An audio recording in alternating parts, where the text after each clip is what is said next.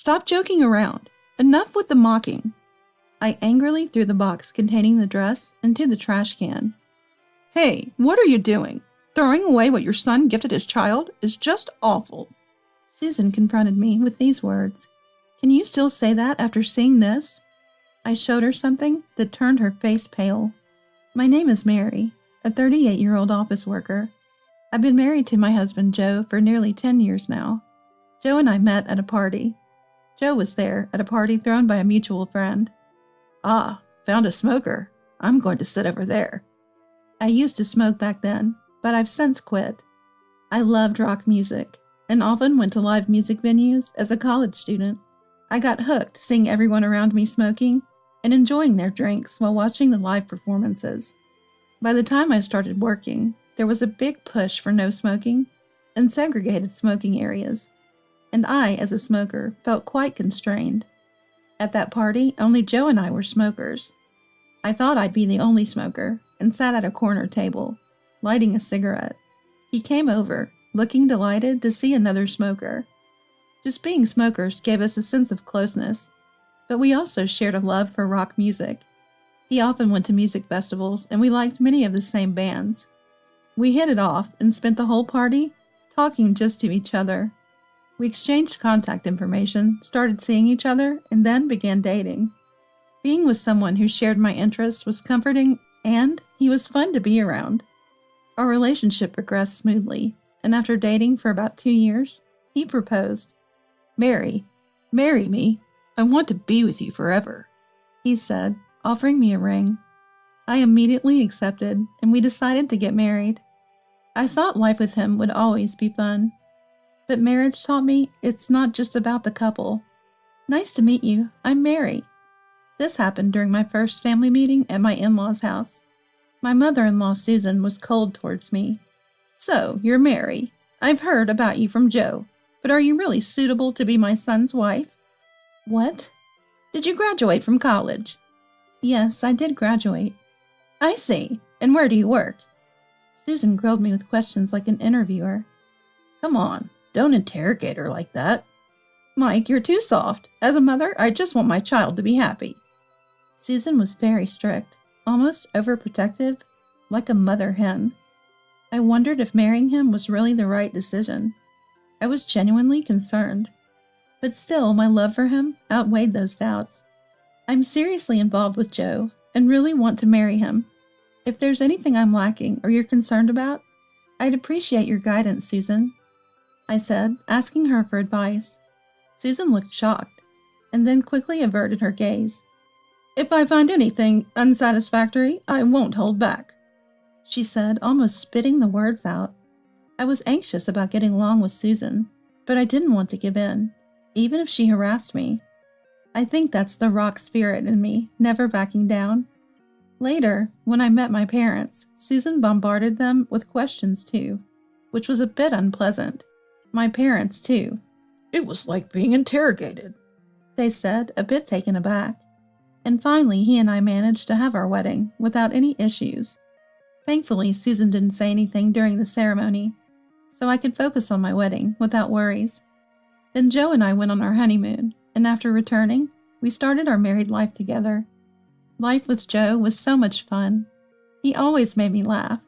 But whenever we visited his family for Thanksgiving or Christmas, I felt a bit down. Mary, do you cook properly every day?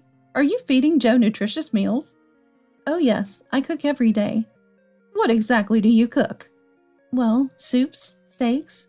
Do you make sure he eats fish? You need to think about nutritional balance and make sure he eats vegetables. Well, Joe doesn't like fish much. I know that. And that's why I used to finely chop it into pasta sauce or make cod in a cream sauce. You should do the same. Ah, I'm sorry. Really, can I trust you to take care of my son? I felt like Susan was overly doting on her son.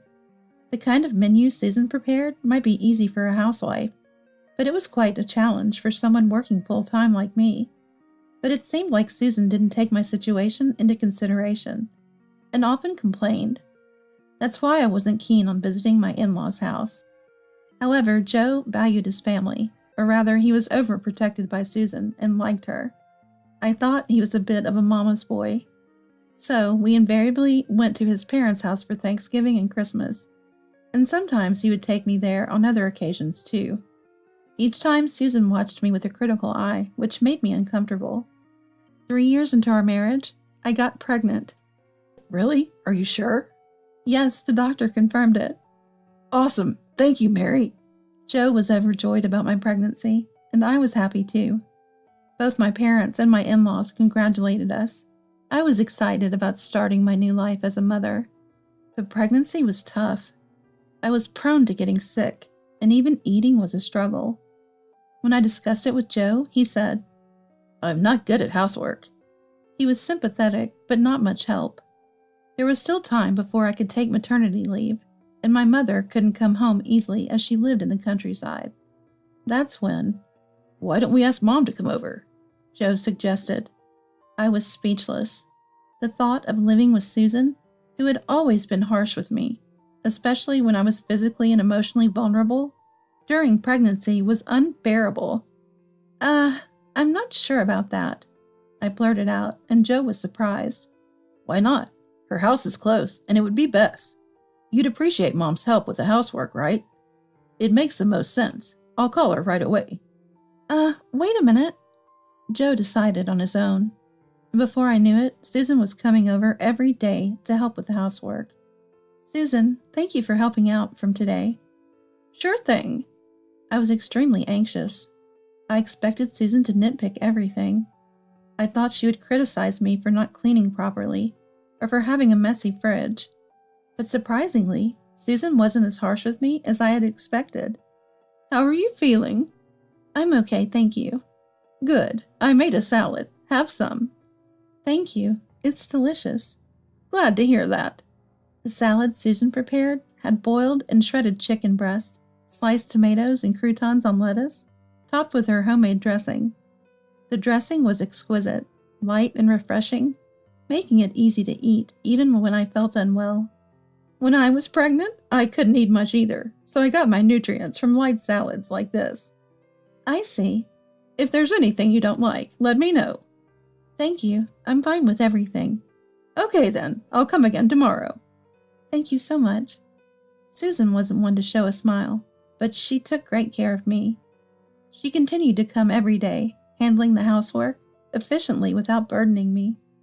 Susan was an excellent cook, preparing many delicious dishes that even I could eat. Thanks to her, I was able to spend my pregnancy days calmly without any stress. "See, I told you it was the right decision to ask Mom for help." "You were right, Joe. Thanks for calling Susan." Then I went on maternity leave, but there was no need to go back to my parents' house because Susan helped with the chores and took care of me. Susan, I really appreciate everything you do. "It's fine. That's what family is for, to support each other during tough times." Susan. Maybe I had misunderstood Susan. I thought she was a troublesome person who doted on her son and saw her daughter-in-law as an adversary, but that wasn't the case. She accepted me as part of the family and was strict because of that. A few months passed and I gave birth. It was a healthy baby girl. "You did well. Congratulations." "Thank you, Susan." Susan congratulated and comforted me. My parents also came to celebrate the birth. Joe managed to get away from work and was thrilled about the arrival of our daughter. Thus, with the arrival of our new family member, Joe and I began our life as a family of 3. Susan's help with our daughter, Karen, during my maternity leave was invaluable. Karen grew quickly, learning words early on. "Mom, Dad," she began calling Joe and me. Time flew by as I raised her, and soon she was 5 and attending kindergarten.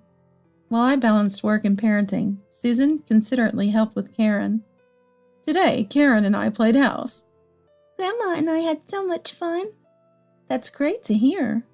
"Speaking of which, is Joe coming home late again today?" "Yes, he seems to have a lot of overtime lately." "I see. It's good to be busy at work, but he should also make time for his daughter." "You're right." Joe started coming home later and later around this time.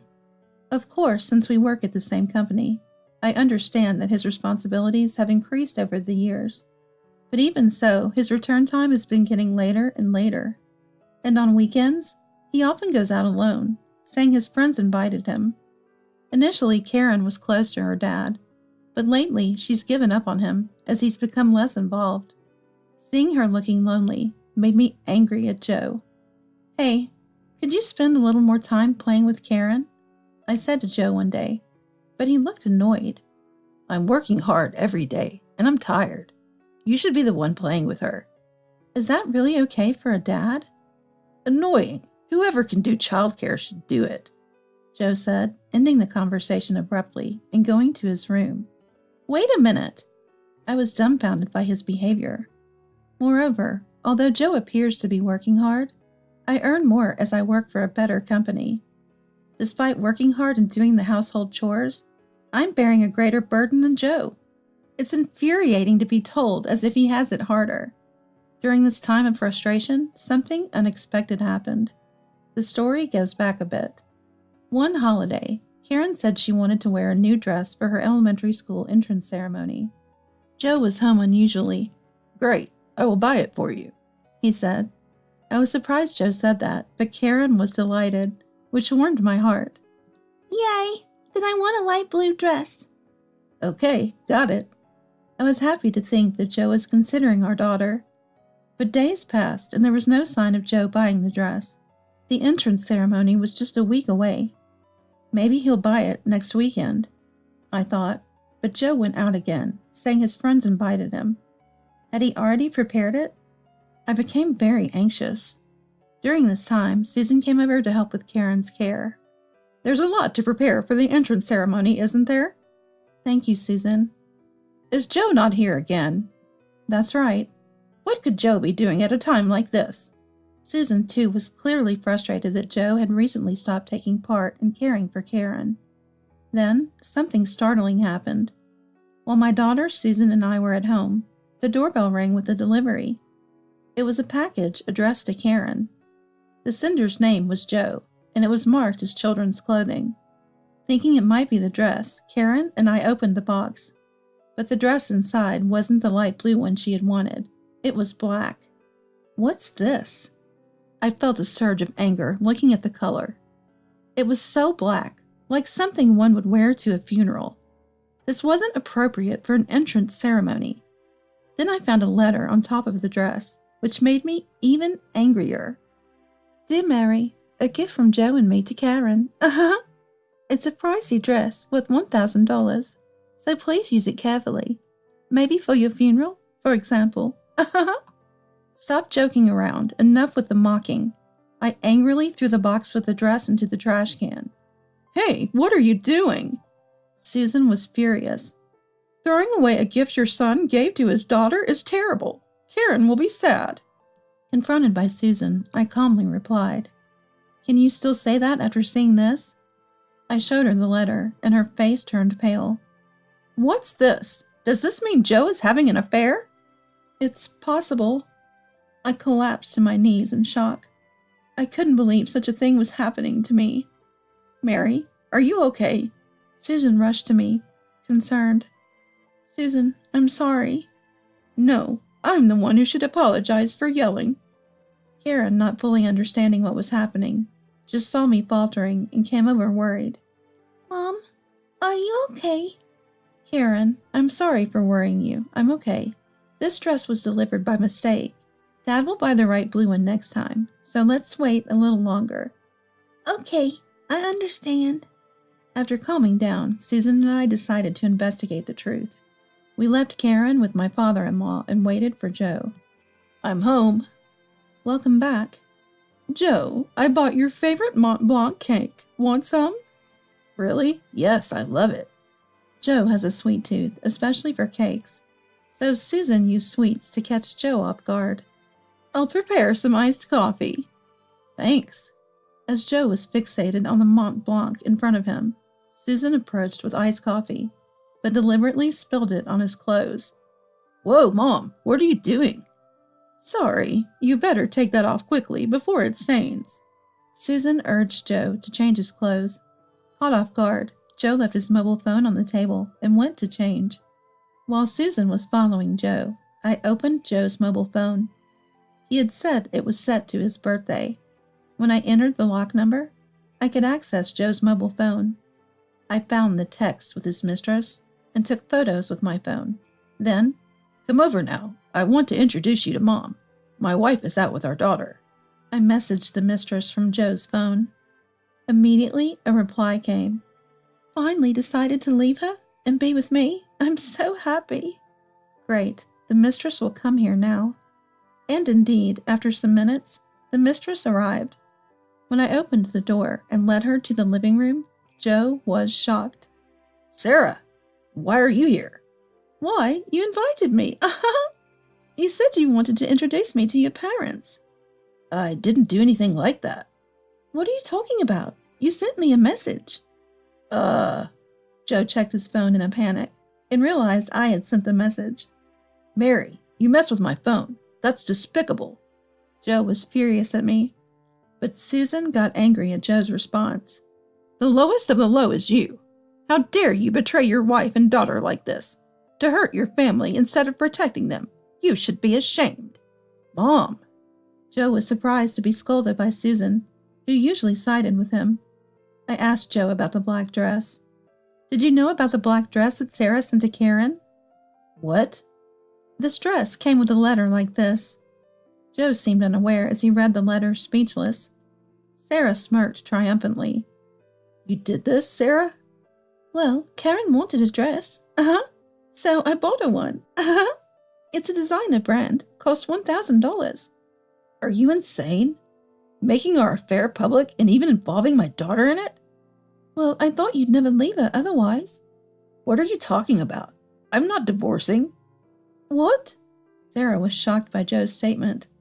"Why? I'm better than her." "Shut up. It was just a fling with you." "No way."